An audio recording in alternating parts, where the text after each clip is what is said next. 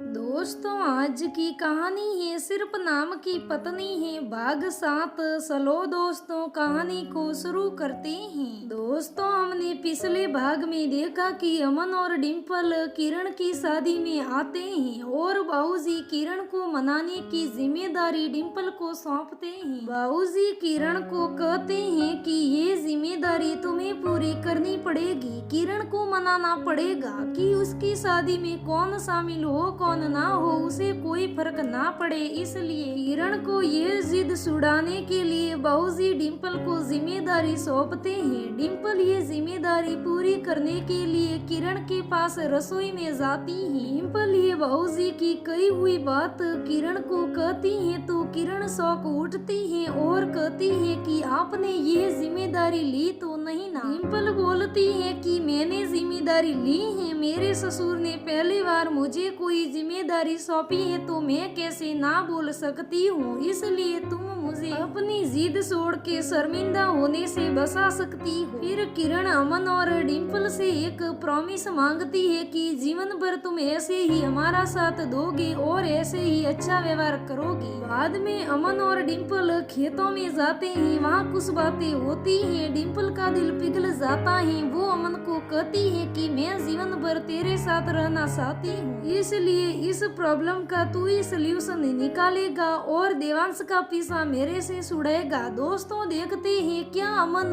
उसे अपनाएगा या नहीं। तो चलो दोस्तों, ये सब देखने के लिए कहानी को शुरू करते हैं। तुम्हें देवांश का साथ और अपने नाना जी की दौलत में से कुछ भी न खोना पड़े, इसलिए तुम विवाह जैसे पवित्र बंधन को गुड्डे गुड्डी का शादी का खेल बनाने के साथ साथ अपने पालनहार नाना जी के साथ धोखाधड़ी करने से भी नहीं हिचकिचाई तो जो मेरी जैसी नजरों में स्वार्थी सीधी के लिए हद से ज्यादा नीचे गिर जाना है। और मैं इतनी गिर चुकी लड़की को अपने लाइफ पार्टनर का दर्जा नहीं दे सकता। तुम खुद पर लगे इल्जामों को काउंटर करने के लिए यह कह सकती हो कि मैंने भी इस खेल में तुम्हारा साथ दिया, इसलिए मुझे तुम पर उंगली उठाने का हक नहीं है। पर तुम्हारा ये तर्क इसलिए जायज नहीं होगा क्योंकि तुम्हारा साथ देना मेरी मजबूरी थी। मैं तुम्हारे नाना जी का कर्जदार होने की वजह से ना तुम्हारे साथ शादी करने से इनकार कर सकता था और ना तुम्हें तुम्हारी मर्जी के खिलाफ जबरदस्ती तुमसे हस्बैंड का राइट ले सकता था। इसलिए मेरा तुम्हारे नाना जी से लिया हुआ लोन वापस करने लायक जमा होने तक सुपी साध लेना हर एंगल से जायज था। आई थिंक अब हमारे बीच सफिशिएंट बात हो चुकी है, इसलिए हमें घर वापस लौट जाना चाहिए। यू आर राइट, बट मुझे लगता है कि मुझे इस मैटर पर तुमसे एक लास्ट बात कह ही देनी चाहिए क्योंकि पता नहीं जिंदगी फिर कभी ये बात कहने का चांस दे या ना दे। एक्चुअली मैं ये यार जिंदगी तो तुम्हें बाइक पर बैठने के बाद भी अपनी बात कह देने का मौका दे देगी, पर यदि तुम बाइक पर बैठने में 1-1.5 मिनट भी देरी करोगी तो ये ऊपर आसमान में मंडरा रहे घने काले बादल हम लोगों को पता नहीं कब घर वापस जाने का मौका देंगे। इसलिए जल्दी से बाइक पर बैठ आओ कहकर अमन ने अपनी बाइक स्टार्ट कर ली। फिर दोनों घर पहुंच जाते हैं और सब लोग खाना खाते हैं। आज ठीक से खाना क्यों नहीं खाया। डिनर के कुछ देर बाद डिम्पल उसके और अमन के बेडरूम में गई तो रूम में पहले से बेड पर लेटे अमन ने उससे सवाल किया। खाना खाने का मन नहीं हो रहा था। अमन के सवाल का जवाब देकर डिम्पल उसके साइड में लेट गई। तबीयत ठीक है ना? क्या तुम्हारी ठीक है तो फिर खाना खाने का मन क्यों नहीं हो रहा था? पता नहीं, देखो डिम्पल, आज भैया भाभी के आने की वजह से घर में पहले ही मनहूसी सा गई है और अब तुम भी इस तरह बुझी बुझी सी रहोगी तो हमारे घर आने वाले मेहमान इस घर का माहौल ऐसा लगेगा जैसे यहाँ किसी की शादी ना होकर किसी की असमय मौत के बाद के संस्कार पूरे किए जा रहे हो। इसलिए प्लीज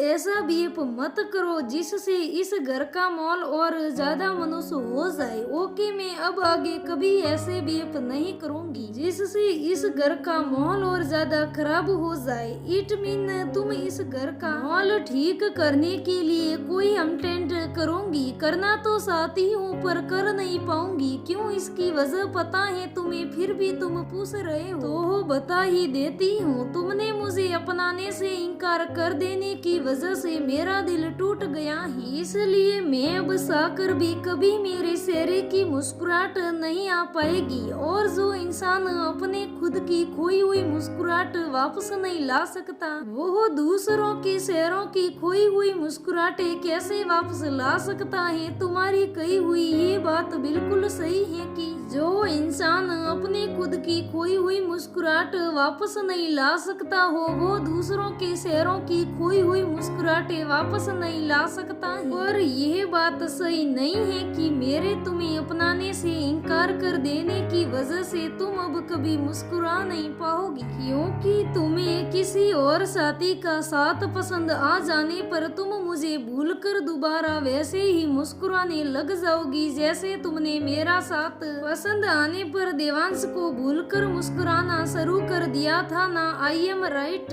तुम्हारी बात गलत है, ऐसा नहीं हो सकता। किसी भी इंसान के लिए अपने पहले प्यार को भूल पाना इतना आसान नहीं होता है जितना किसी साथी को भूल जाना। और मेरे जैसे इंसान जिसे कभी सच्चा प्यार मिला ही नहीं, उसके लिए अपने पहले प्यार को भूलकर किसी और का हाथ थाम लेना और उसके सहारे अपनी मुस्कुराहट वापस पाना लगभग नामुमकिन है। हमारा पहला प्यार तो देवांश है ना, फिर अमन वो मेरा पहला प्यार नहीं था, बल्कि पहला ऐसा दोस्त था जो मेरे साथ हमदर्दी दिखा दिखा कर मेरी जरूरत बन गया था। एक्चुअली मेरी मम्मा के मेरे नाना जी से बगावत करके डैड से शादी करके अपनी जिंदगी बर्बाद कर लेने की वजह से मेरे नाना जी के इस डर से कि कहीं मैं भी अपनी मम्मा की तरह मेरे डैड जैसे किसी फ्रेंड लड़के से चक्कर में फंसकर अपनी लाइफ ना बर्बाद कर लूं, मुझ पर बचपन से बहुत